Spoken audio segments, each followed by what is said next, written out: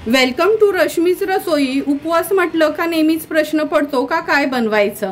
खूप तेलकट किंवा खूप गोड नकोसं वाटतं, म्हणून आज मी तुम्हाला झटपट होणारे वरीच्या पिठाचे जाळीदार घावणे दाखवणार आहे।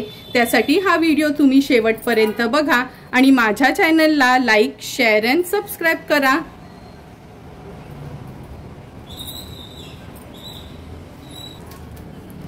आज आपण आषाढी एकादशीच्या उपवासासाठी स्पेशल आणि साधे सुधे असे वरीच्या पिठाचे घावणे करणार आहोत। त्यासाठी वाटीभर आपण हे वरीचं पीठ घेतलं आहे। काही जण वरी म्हणतात, काही जण भगर म्हणतात, त्याचंच हे पीठ आहे। नंतर ह्याच्या सोबत चटणी खाण्याकरता आपण हे ओलं खोबरं घेतलं आहे। 2 चमचे भाजलेले शेंगदाणे वापरणार आहोत। अर्ध लिंब, अगदी छोटासा आल्याचा तुकडा जर तुम्हाला उपवासाला आलं चालत असेल तर, 2 हिरव्या मिरच्या, अर्धा चमचा साखर आणि चवीप्रमाणे मीठ वापरणार आहोत। सर्वात आधी उपवासाची चटणी बनवण्याकरता हे खोबरं वगैरे चांगले काप करून घेते आणि मिक्सरला सर्व फिरवून घेते। लक्षात ठेवा, चटणी वाटताना कधी पण थोडीशी जाडसरच वाटायची, एकदम फाईन बारीक वाटायची नाही। हे बघा, व्यवस्थित आपण ही चटणी वाटून घेतली आहे। आता एका वाटीमध्ये काढून घेते। लक्षात ठेवा, उपवासाची चटणी असो किंवा इडली सोबत वगैरे आपण चटणी बनवतो ती थोडी ना जाडसर ठेवायची, म्हणजे खायला खूप सुरेख लागते। थोडंसं पाणी ऍड करूया ह्याच्यामध्ये। थोडंसं पाणी ऍड करते। आता ह्या चटणीला आपण एक तडका देणार आहोत। चटणीला तडका देण्यासाठी अगदी चमचाभरच तेल आपण गरम करून घेतलं आहे। फोडणीला आपण पाव चमचा जिरं घालूया आणि ही लाल सुकी मिरची व्यवस्थित आता ह्याच्यावर आपण ही फोडणी घालणार आहोत। सुंदर अशी आपली उपवासाची झटपट चटणी तयार आहे। उपवासाचे वरीचे घावणे बनवण्यासाठी आपण वाटीभर हे वरईच्या तांदळाचं पीठ घेतलं आहे। हे मी रेडीमेडच पीठ वापरणार आहे। हे बघा, भागीरथी कंपनीचं ना हे वरीचं पीठ खूप सुंदर असतं, अजिबात घावणा तुटत नाही, जाळी पण अगदी सुरेख येते। त्यामुळे मी नॉर्मली हेच पीठ वापरत असते। तुम्हाला पण जर तुमच्या इथे बाजारात कोणत्या दुकानात मिळालं तर नक्की तुम्ही हेच भागीरथी कंपनीचं वरीचं पीठ आणू शकता। आता आपण ह्याच्यामध्ये चवीप्रमाणे मीठ ऍड करूया। 1 वाटी वरईचं पीठ असेल तर 2 वाट्या पाणी हे प्रमाण लक्षात ठेवा, म्हणजे कोणत्याही कपनी तुम्ही पीठ मेजर करू शकता। सुरुवातीला 1 वाटी पाणी घेते आणि पीठ व्यवस्थित भिजवून घेते।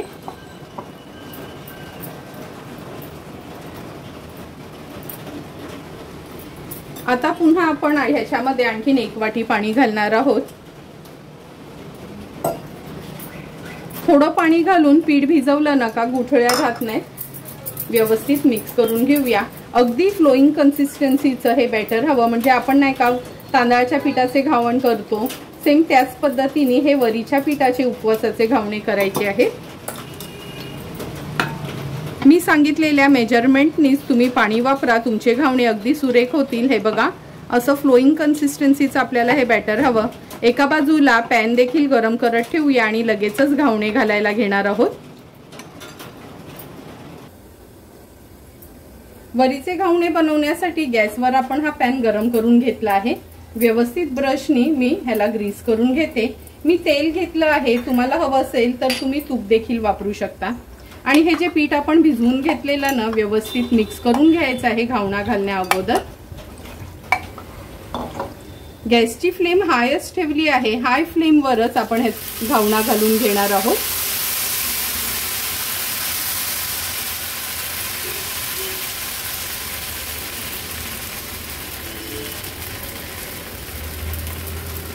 हे बघा, घावणा आपण घालून घेतलं आहे। आता थोडंसं तेल ह्याच्यावर आपण असं स्प्रेड करून घेऊया। खूप जास्त तेल वापरायचं नाही। आता आपण ह्याच्यावर झाकण ठेवणार आहोत। गॅसची फ्लेम लोवर ठेवते आणि 1 मिनिटभरासाठी लो फ्लेमवर आपण वाफ काढून घेऊया।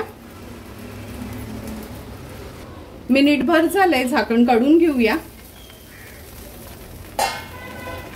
लक्षात ठेवा, झाकण काढलं का कधीच घावणानं तांदळाच्या पिठाचा असो किंवा वरईचा किंवा कोणताही घावणा असो लगेचच त्याला न पलटवायचा नाही। अर्ध्या मिनिटासाठी तरी ना त्याची वाफ थोडी कमी होऊ द्यायची आहे आणि गॅसची फ्लेम आपण आता मीडियम वर ठेवतोय। अगदी अर्धा मिनिटच झाला आहे, तुम्ही बघू शकता। हे बघा घावण्यानी कसं पॅन सोडलं आहे, म्हणजे आपण थोडंही न हलवता थोडा थोडा साईडनी आपला हा घावणा मोकळा झाला आहे। अगदी इझिली हलतोय असा झालाय। आता ह्याला आपण पलटून घेऊया। किती सुंदर आणि जाळीदार असा आपला उपवासाचा वरीचा घावणा तयारच होत आला आहे। अर्ध्या मिनिटासाठी मागची बाजू थोडी शिजवून घ्यायची। अर्धा मिनिट झालाय, आपण घावणा पलटवला तेव्हा गॅसची फ्लेम हाय ठेवली होती। हे एक ताट घेतलं आहे, ह्याच्यातनं मी असा कॉटनचा नॅपकिन ठेवला आहे। ह्या ताटामध्ये आता हा घावणा आपण काढून घेऊया। हे बघा अगदी सुंदर, थोडाही तुटला नाही, जाळीदार असा आपला उपवासाचा वरई पिठाचा घावणा तयार आहे। अशाच पद्धतीने उरलेले घावणे देखील मी तयार करून घेते। दुसरा घावणा बनवतानाही सेम त्याच प्रोसिजरने करायचं आहे। ब्रशने आपण पॅनला व्यवस्थित ग्रीस करून घ्यायचं आहे। खूप तेलाची गरज नाही, लक्षात ठेवा। आणि प्रत्येक वेळी पीठ आहे ना थोडं हलवूनच घ्यायचं।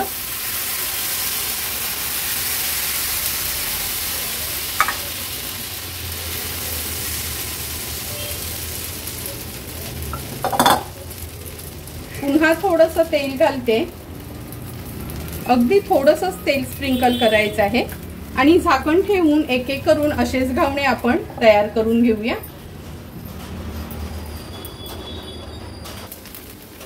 हे बघा दुसरा घावणा पण आपला होत आला आहे। आता हा जो पहिला घावणा आहे ना आपण नॅपकिनवर ठेवलाय, तुम्ही बघू शकता किती सुंदर असा तयार झालाय। हा घावणा काढून एका ताटात ठेवते। नंतर दुसरा घावणा आहे तो आपण ह्याच नॅपकिनवर ठेवणार आहोत। नॅपकिनवर घावणा ठेवला का घावणा ना चिकट वगैरे होत नाही। हे बघा अगदी दुसरा घावणा पण छानसा आपला तयार झाला आहे। आता अशाच पद्धतीने उरलेले सर्व घावणे आपण तयार करून घेऊया।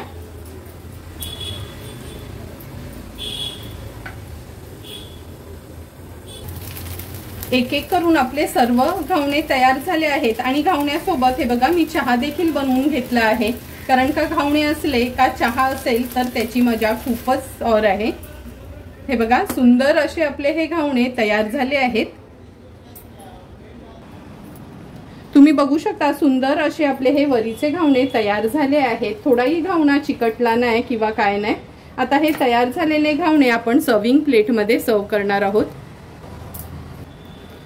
सुंदर असे तयार झालेले जाळीदार आपले हे वरीच्या पिठाचे घावणे आपण ह्या सर्विंग प्लेट मध्ये सर्व करून घेतोय। हे घावणे तुम्ही चटणी, चहा किंवा भाजी सोबत पण खाऊ शकता। तुम्हाला पण जर मी बनवलेले हा वरीच्या पिठाच्या घावण्यांची रेसिपी आवडली असेल तर तुम्ही पण नक्की माझ्या पद्धतीने एकदा तरी ह्या उपवासाला हे वरीच्या पिठाचे घावणे घरी तयार करा आणि मला कमेंट करून सांगा की तुम्ही बनवलेले हे घावणे कसे झालेत ते। जर तुम्हाला मी बनवलेल्या ह्या वरीच्या पिठाच्या घावण्यांचा व्हिडिओ आवडला असेल तर नक्की माझ्या चॅनलला तुम्ही लाईक, शेअर अँड सबस्क्राईब करा। Thank you for watching my video.